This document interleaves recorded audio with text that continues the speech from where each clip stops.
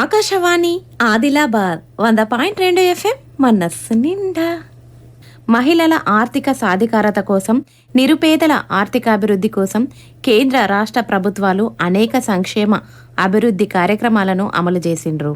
మరి ఇప్పుడు విందాం బేటీ శీర్షికన ప్రధానమంత్రి ఉపాధి కల్పన పథకం గురించి నిర్మల్ జిల్లా పరిశ్రమల కేంద్రం జనరల్ మేనేజర్ జీవి నరసింహారెడ్డితో కె లెనిన్ పెట్టిన ముచ్చటను. గ్రామీణ పట్టణ ప్రాంతాల్లో సూక్ష్మ తరహా పరిశ్రమలని నెలకొల్పడం ద్వారా ఉపాధి అవకాశాలను కల్పించడంతో పాటు ఉన్నతి కోసం మార్గాన్ని సుగమం చేయడం కోసం కేంద్ర ప్రభుత్వం ప్రతిష్టాత్మకంగా ప్రధానమంత్రి ఉపాధి కల్పన పథకాన్ని తీసుకొచ్చింది. మరి ఈ పథకం విధి విధానాలు, ముఖ్యంగా ఈ పథకం ఉద్దేశాలు, ఈ పథకాన్ని అమలు చేస్తున్న సంస్థలు, ఈ పథకం ద్వారా ఎవరు లబ్ధి పొందడానికి అర్హులు, లబ్ధిదారుల ఎంపిక ఎట్లా జరుగుతుంది, ఇలాంటి విషయాలను గురించి మనతో పంచుకునేందుకు ఇప్పుడు నిర్మల్ జిల్లా పరిశ్రమల కేంద్రం జనరల్ మేనేజర్ జీవి నరసింహారెడ్డి గారు మనతో ఉన్నారు. వారిని అడిగి ఆ వివరాలు తెలుసుకుందాం. నమస్కారం నరసింహారెడ్డి గారు. నమస్కారం అండి. ముందుగా ఈ ప్రధానమంత్రి ఉపాధి కల్పన పథకం ఏదైతే ఉందో ఇది ఎప్పటి నుంచి అమల్లోకి వచ్చింది, అసలు దీని ఉద్దేశాలేమి, వాటి గురించి చెప్పండి. ప్రధానమంత్రి ఉపాధి కల్పన పథకం మనకు 2008 నుంచి స్కీమ్ స్థాపించబడినది. దీంట్లో ముఖ్య ఉద్దేశం ఏంటంటే గ్రామీణ మరియు పట్టణ ప్రాంతాల్లో ఉన్న నిరుద్యోగులైన యువతీ యువకుల కోసం వాళ్లకు ఉపాధి కల్పించడం కోసము మరియు వారి యూనిట్లలో ఉన్న ఎంప్లాయ్మెంట్ జనరేషన్ కోసం ఇది స్థాపించబడినది. దీని ముఖ్య ఉద్దేశము గ్రామీణ ప్రాంతము మరియు పట్టణ ప్రాంతంలో పెట్టుకోబడడానికి ముఖ్య ఉద్దేశం అండి.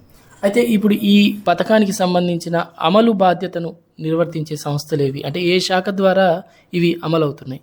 దీంట్లో ముఖ్యంగా 3 నోడల్ ఏజెన్సీస్ ఉన్నాయండి. మొట్టమొదటిగా కేవీఐసి, కేవీఐబి, డిఐసి అంటే జిల్లా పరిశ్రమల కేంద్రం ద్వారా ఈ 3 ఏజెన్సీస్ ద్వారా ఈ స్కీము అమలు చేయబడడం జరుగుతుందండి. అయితే వీటికి సంబంధించి ఏదైతే ఈ పరిశ్రమల నెలకొల్పడం, స్థాపన ద్వారా ఉపాధి కల్పించడం అనేది ఉద్దేశం కదా. అయితే దీంట్లో ఈ వ్యయానికి సంబంధించి ఏమైనా పరిమితులు ఉన్నాయా? కనిష్ట గరిష్ట పరిమితులు ఉంటే చెప్తారా? దీంట్లో ముఖ్యంగా తయారీ రంగానికి 50 లక్షల వరకు ముఖ్యంగా దీనికి వ్యయం ఉంది. అలాగే సర్వీస్ రంగానికి 20 లక్షల వరకు ఉంది అండి. అయితే ఇప్పుడు ఈ పథకం ద్వారా లబ్ధి పొందాలంటే అర్హులు ఎవరు, ఈ లబ్ధిదారుల ఎంపిక అనేది ఎట్లా జరుగుతుంది, దీనికి దరఖాస్తు చేసుకోవడం ఎట్లా? దీంట్లో ముఖ్యంగా నిరుద్యోగులైన యువతి యువకులు ఎవరైనా అప్లై చేసుకోవచ్చండి. దీని మొత్తం టోటల్గా ఆన్లైన్ సిస్టమ్ దీనికి లింక్ ఏంటంటే ఆ KVIConline.gov.in ద్వారా అప్లికేషన్ పెట్టుకోవడం జరుగుతుంది. దీంట్లో తయారీ రంగానికి అయితే 10 లక్షల పైబడిన యూనిట్కి అయితే 8వ తరగతి ఉత్తీర్ణత అయి ఉండాలి. 10 లక్షల లోపల అయితే ఉత్తీర్ణత కూడా ఎటువంటి క్వాలిఫికేషన్ అవసరం లేదు. అదే సర్వీసింగ్ యూనిట్కి అయితే 5 లక్షల పైన ఉన్న వాటికి 8వ తరగతి పాస్ అయి ఉండాలి. దీంలో SC, ST, BC, minorities, women, physically handicapped, ex servicemen వీళ్ళందరికీ పట్టణ ప్రాంతాల్లో అయితే 25% సబ్సిడీతోటి, అదే గ్రామీణ ప్రాంతం అయితే 30% సబ్సిడీ ఉంటుంది. అలాగే ఓసీ జనరల్, సాధారణ వర్గానికి ఓసీ జనరల్ ఉన్న క్యాండిడేట్కి మాత్రం పట్టణ ప్రాంతం అయితే 15%, గ్రామీణ ప్రాంతం అయితే 25% తోటి సబ్సిడీ ఉంటుందండి ఈ స్కీమ్లో. ఒకవేళ నిరుద్యోగ యువతి యువకులు అయితే గ్రామీణ ప్రాంతం వారు కానీ పట్టణ ప్రాంతం వారు కానీ ఈ పథకం ద్వారా లబ్ధి పొందడం కోసం దరఖాస్తు చేసుకోవాలంటే ఆ దరఖాస్తుతో పాటు జతపరచాల్సిన ధృవపత్రాలు ఏమైనా ఉంటాయా? ఏ ధృవపత్రాలు జతపరచాల్సి ఉంటుంది, ఆ వివరాలు కూడా చెప్తారా? ముఖ్యంగా ఇది ఆధార్ నంబర్ అడుగుతుంది. ఆధార్ కార్డు, పాన్ కార్డు, కుల ధృవీకరణ పత్రము, క్వాలిఫికేషన్ ఉంటే 8వ తరగతి పాస్ అయింది ఆ పైబడిన క్వాలిఫికేషన్ సర్టిఫికెట్ సరిపోతుందండి. దీనికి ఒక ప్రాజెక్ట్ రిపోర్ట్ ఉంటుంది. రూరల్ ఏరియా సర్టిఫికెట్ అంటే గ్రామీణ ప్రాంతంలో పెట్టడానికి ఏ గ్రామీణ ప్రాంతం అవుతుందో ఆ గ్రామీణ ప్రాంత సర్టిఫికెట్, రూరల్ ఏరియా సర్టిఫికెట్. పట్టణ ప్రాంతం అయితే ఏ సర్టిఫికెట్ అది అవసరం లేదండి. అయితే ఇప్పుడు లబ్ధిదారులని ఏ రకంగా ఎంపిక చేస్తారు, మరి ఈ లబ్ధిదారుల వర్గీకరణ ఎట్లా ఉంటుంది, దాని గురించి చెప్పండి.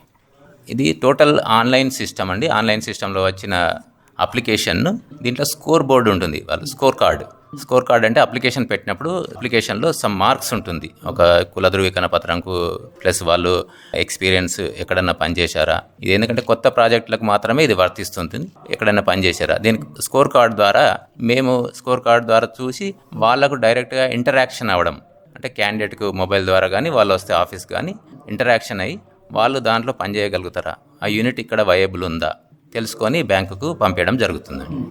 అయితే ఇప్పుడు ఇందులో కొంత రాయితీలు కూడా ఇస్తామంటున్నారు కదా, ఈ రాయితీకి సంబంధించి ఎన్ని విడతలుగా ఎంత మొత్తంలో రాయితీ లభిస్తుంది, ఆ వివరాలు కూడా చెప్తారా?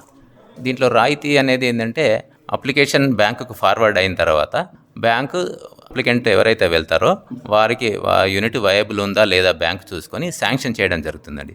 శాంక్షన్ చేసిన తర్వాత వీళ్ళకు ట్రైనింగ్ ఉంటుంది. ఈడిపి ఎంటర్ప్రైనర్ డెవలప్మెంట్ ప్రోగ్రామ్ అనే ట్రైనింగ్ ఉంటుంది. ఇది కూడా టోటల్ ఆన్లైన్ సిస్టమ్ అండి. ఆన్లైన్ సిస్టంలో ట్రైనింగ్ చేసిన తర్వాత బ్యాంక్ వెళ్ళిన తర్వాత బ్యాంక్ ఫస్ట్ విడతగా సబ్సిడీ అమౌంట్ ఎంత ఉందో, సపోజ్ ఒక 10 లక్షల రుణం తీసుకుంటే గ్రామీణ ప్రాంతంలో అయితే 35% అంటే 3,50,000 పై రుణం ఇస్తే ఆటోమేటిక్గా ఆ టైం లోపలనే సబ్సిడీ రాయితీ అందుతుందండి. అయితే ఇప్పుడు ఈ పథకం ద్వారా ఏదైతే పరిశ్రమలను నెలకొల్పడం ద్వారా ఉపాధి అవకాశాలు కల్పించడం అనేది ఈ పథకం ఉద్దేశం. మరి ఇందులో ఏ రకమైన పరిశ్రమల్ని నెలకొల్పుకోవచ్చు?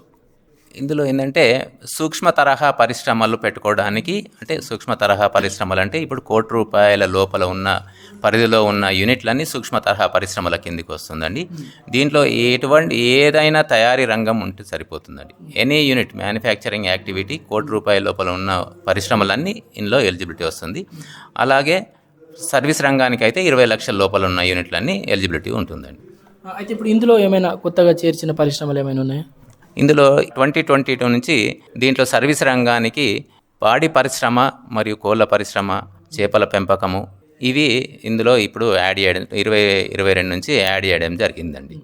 అయితే ఇప్పుడు ఈ పథకం ద్వారా లబ్ధి పొందుతున్న లబ్ధిదారులకు, అంటే పరిశ్రమల్ని నెలకొల్పడం ద్వారా ఉపాధి పొందాలనుకున్న వారికి మార్కెట్ పరంగా ఎలాంటి సహకారాన్ని అందజేసే అవకాశాలు ఉన్నాయి?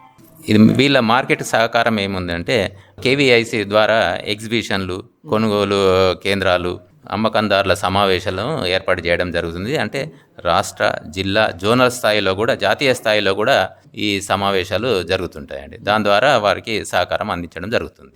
ఇంకా ఏ రకంగా రుణ సహాయం అందుతుంది వాళ్లకు? ఇప్పుడు ఈ పథకం ద్వారా పరిశ్రమలను నెలకొల్పుకొని ఉపాధి పొందాలనుకుంటున్న వారి కోసం వీరికి ఏంటంటే మొట్టమొదటిసారిగా రుణం తీసుకున్న తర్వాత 3 సంవత్సరాల కాల పరిమితి ఉంటుంది. ఆ తర్వాత రెండవ రుణ సహాయం కూడా చేయడం జరుగుతుంది. అయితే ఇప్పుడు ఈ పథకానికి సంబంధించి ఎలాంటి ఉద్దేశంతో ఈ పథకాన్ని ప్రారంభించారు, దీని లక్ష్యాలు ఏమున్నాయి, ఏ రకంగా ఇది అమలు చేస్తారు, వీటన్నింటి గురించి మాట్లాడుకున్నాం.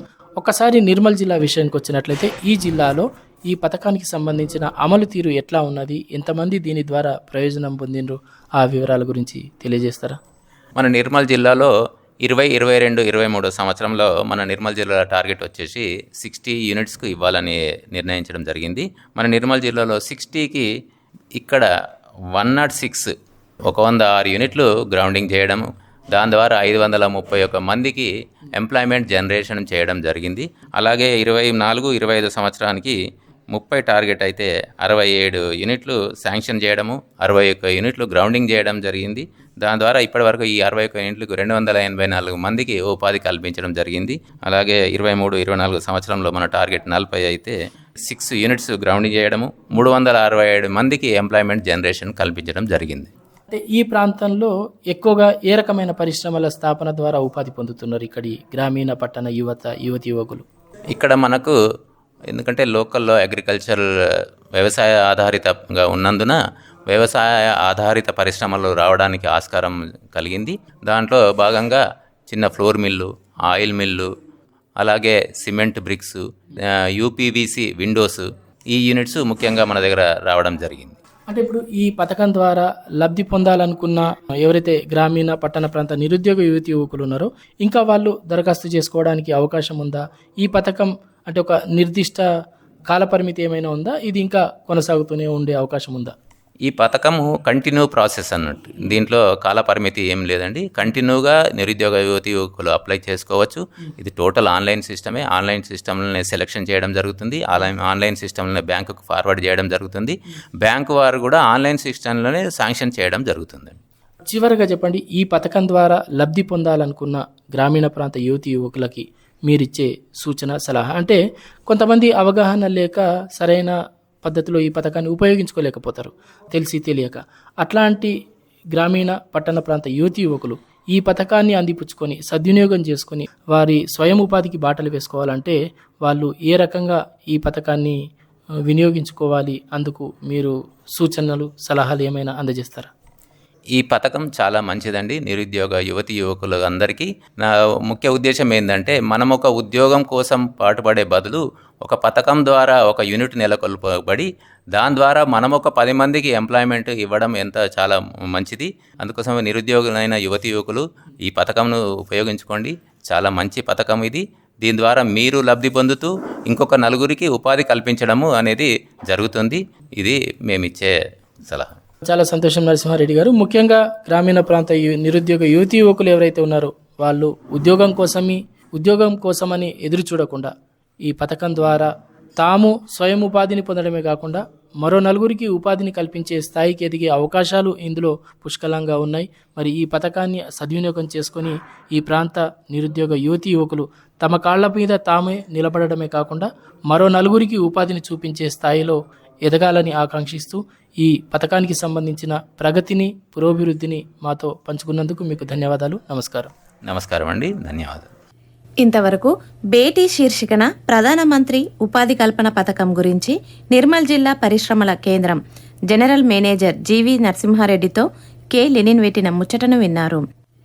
ఆకాశవాణి ఆదిలాబాద్ 100.2 FM మనస్సు నిండా.